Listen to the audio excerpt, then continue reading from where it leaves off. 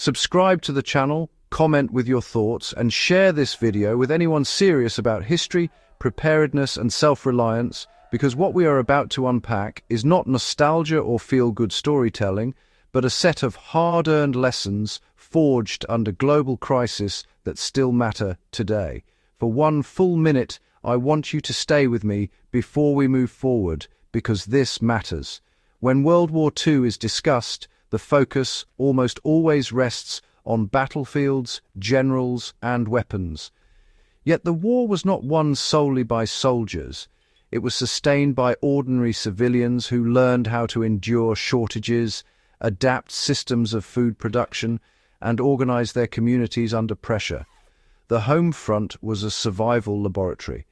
People faced rationing, disrupted supply chains, and constant uncertainty, and they responded not with panic, but with disciplined cooperation. Today, as modern societies confront fragile food systems, climate stress, and economic instability, those same principles are quietly resurfacing through community gardens.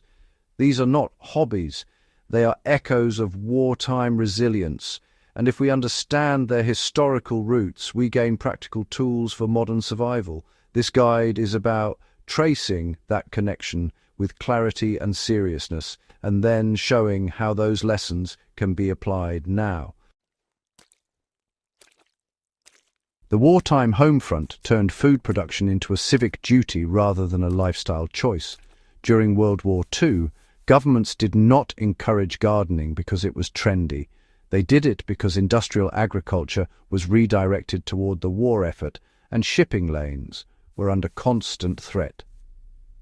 In the United States and Britain, victory gardens produced an estimated 40% of domestic vegetables at their peak. This was decentralized food security in action. Families were expected to grow, preserve, and share food as a patriotic obligation.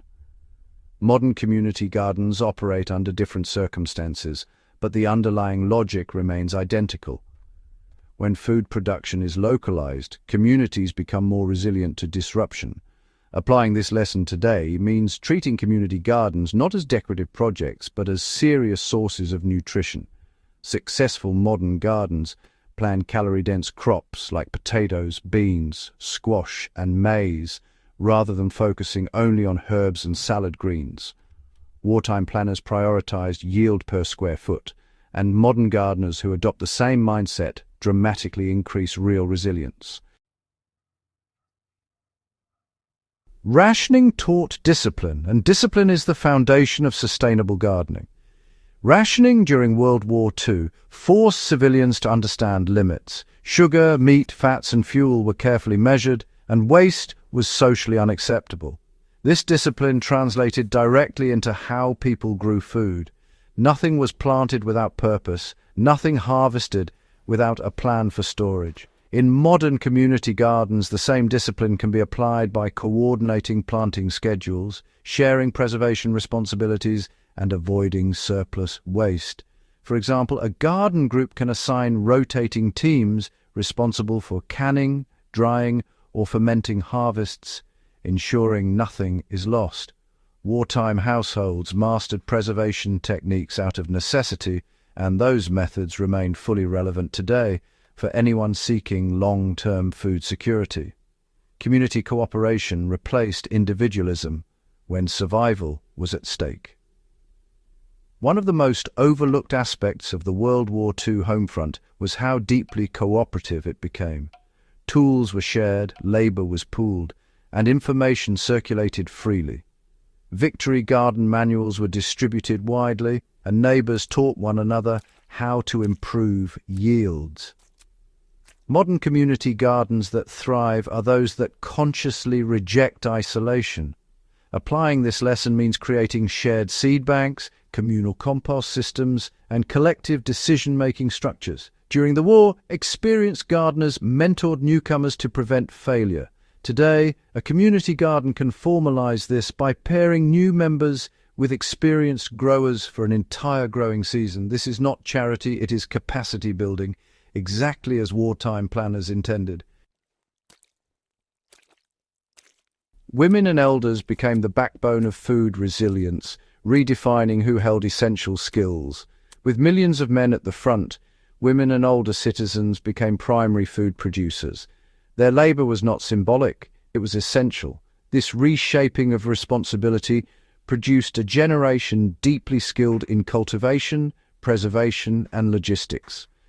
Modern community gardens echo this dynamic when they intentionally involve retirees, caregivers, and those often excluded from formal food systems.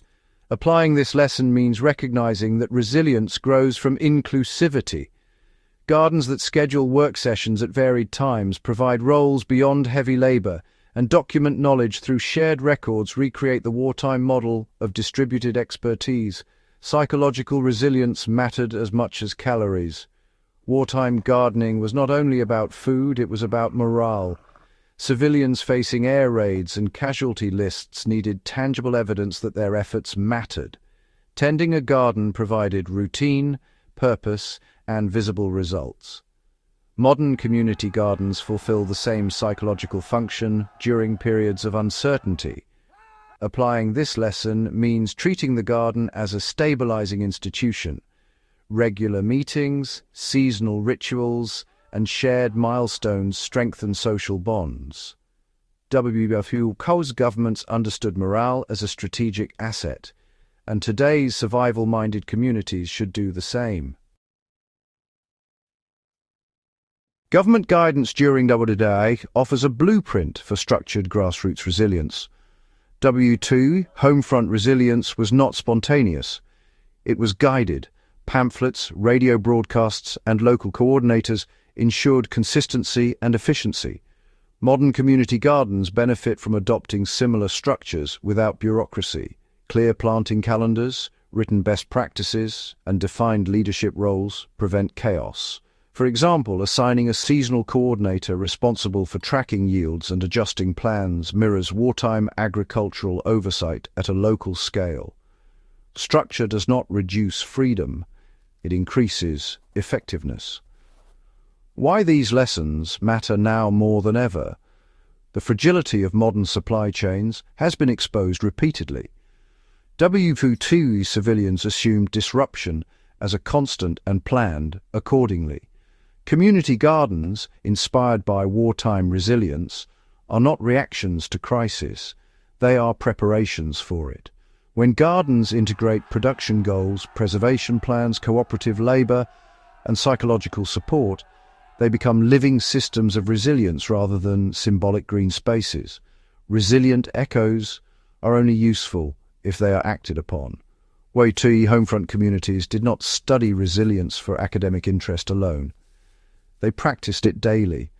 Modern community gardens that consciously apply these lessons move beyond hobbyism into genuine preparedness. If this perspective challenged or expanded how you view food, community, and survival, subscribe to the channel, comment with your insights, and share this video with others who value serious historical lessons applied to modern resilience.